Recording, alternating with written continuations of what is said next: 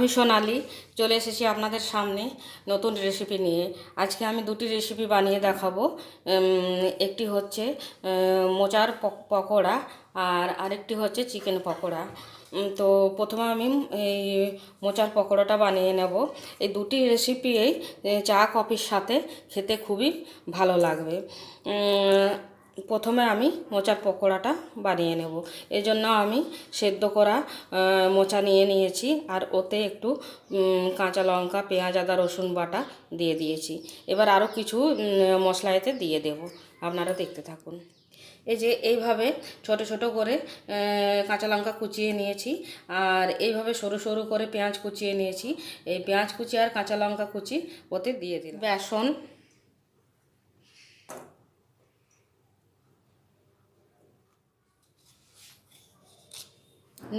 নুনটা যে যার স্বাদ মতো দেবেন,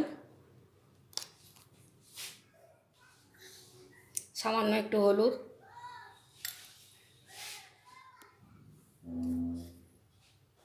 সামান্য গোটা জিরা,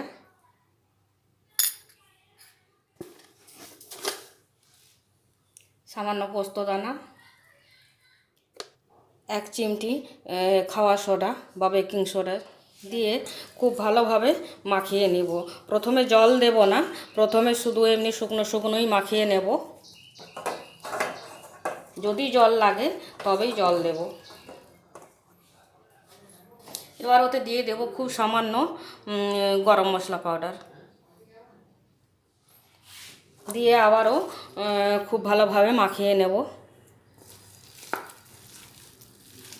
মনে হচ্ছে জল লাগবে না, কেননা 5-7 মিনিট একটু রেস্টে রাখবো।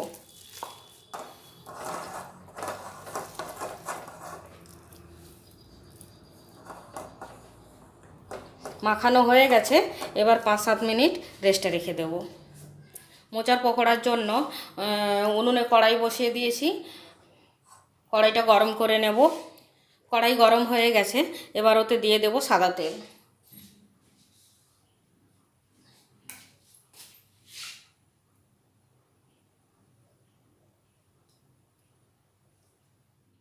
তেল খুব ভালোভাবে গরম হয়ে গেছে আর এই পকোড়ার মিশ্রণটা আমি 7 মিনিট রেস্টে রেখেছিলাম। এবারে আরেকবার ভালোভাবে মাখিয়ে নেব। মাখিয়ে একটা একটা করে ওই গরম তেলে ছেড়ে দেব।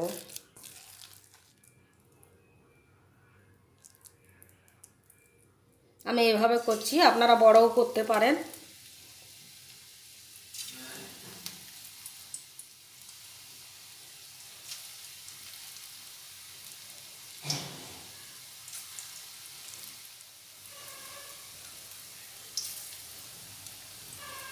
এবারে এই পকোড়াগুলি লাল করে ভেজে নেব।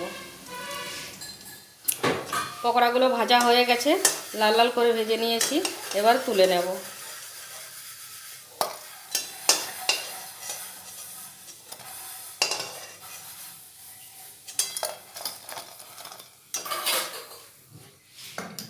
এইভাবে আমি সব পকোড়াগুলো ভেজে নেব। এই যে বন্ধুরা, সব পকোড়াগুলো ভাজা হয়ে গেছে। এইভাবে একবার মোচার পকোড়া বানিয়ে দেখবেন, খেতে ভালো লাগবে।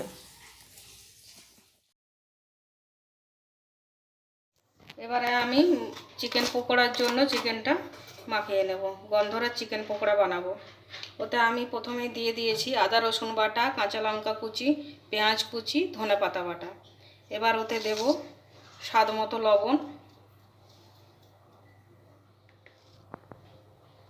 চালমুড়ি, কর্নফ্লাওয়ার, বেসন,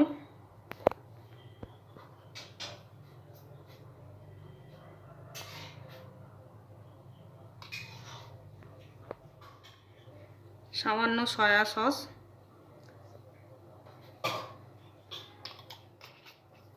দিয়ে ভালো করে মাখিয়ে নেব।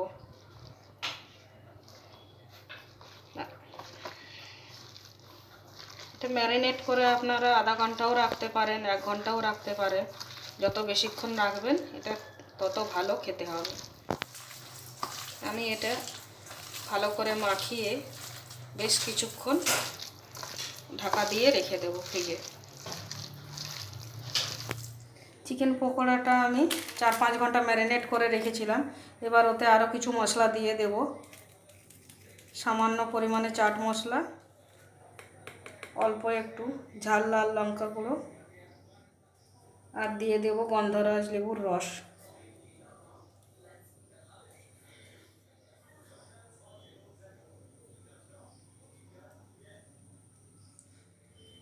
দিয়ে ভালো করে মাখিয়ে নেব।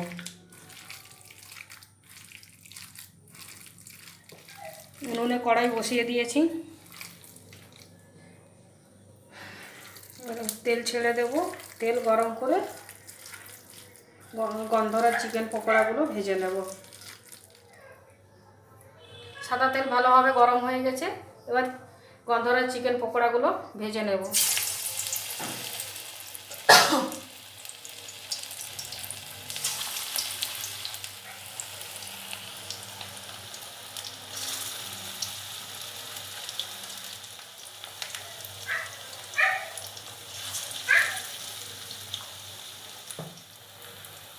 ভাজা হওয়ার পর আপনাদেরকে দেখাচ্ছি। চিকেন পকোড়াগুলো লাল লাল করে ভাজা হয়ে গেছে, এবার তুলে নেব। দেখুন বন্ধুরা, লাল লাল করে ভাজা হয়ে গেছে, এবারে তুলে নিচ্ছি। সমস্ত চিকেন পকোড়া আমার ভাজা হয়ে গেছে। এই রেসিপিটি যদি আপনাদের ভালো লাগে তাহলে একবার বাড়িতে এইভাবে গন্ধরাজ চিকেন পকোড়া বানিয়ে দেখতে পারেন, খেতে খুব টেস্টি হবে।